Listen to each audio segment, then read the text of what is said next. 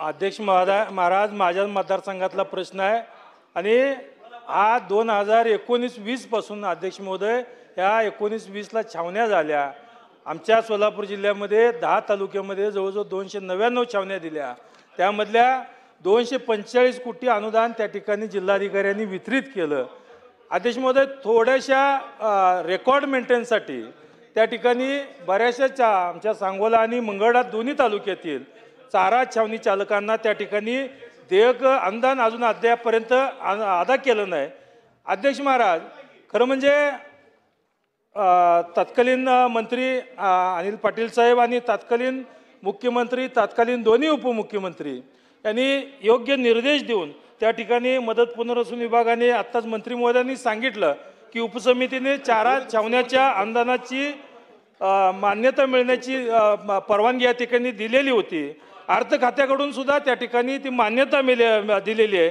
अध्यक्ष महोदय, अनुदानाचं खरं म्हणजे वितरण लवकरात लवकर व्हायला पाहिजे होतं, परंतु अध्यक्ष महोदय अद्याप अनुदानाचं वितरण मंगळवेढा आणि सांगोला दोन्ही तालुक्यातील जे चारा छावणी चालक आहेत ह्या चारा छावणी चालकांना अद्याप त्यांचे पैसे मिळालेले नाहीत. अध्यक्ष महोदय, मी आपल्यामार्फत मंत्री महोदय आणि सरकारला सांगू इच्छितो की या मुक्या जनावरांना सांभाळण्यासाठी आज त्या चारा छावणी चालकाने बँकेची कर्ज काढली, वेळ प्रसंगी सावकाराकडून त्या ठिकाणी कर्ज काढलं. आज परिस्थिती चारा छावणी चालकांची अशी आहे अध्यक्ष महोदय की घरात लग्न आहे तरी सुद्धा त्या ठिकाणी पैसे नसल्यामुळं दररोज सावकार येतोय, बँकेची लोक त्या ठिकाणी दारात येतात.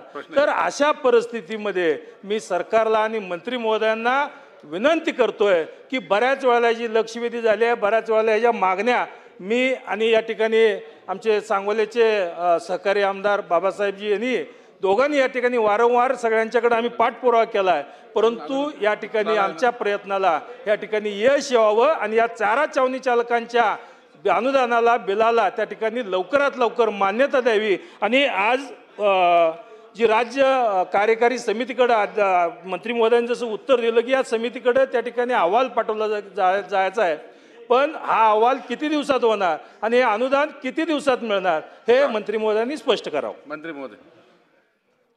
सन्माननीय सदस्य अवताडे साहेबांनी जो प्रश्न उपस्थित केला, खरं तर ती वस्तुस्थिती आहे की 19-20ला या चारा छावण्या सुरू होत्या आणि 19-20 आणि 20-21ला या संदर्भातलं 205.84 कोटी अनुदान हे चारा छावणी चालकांना मिळालं.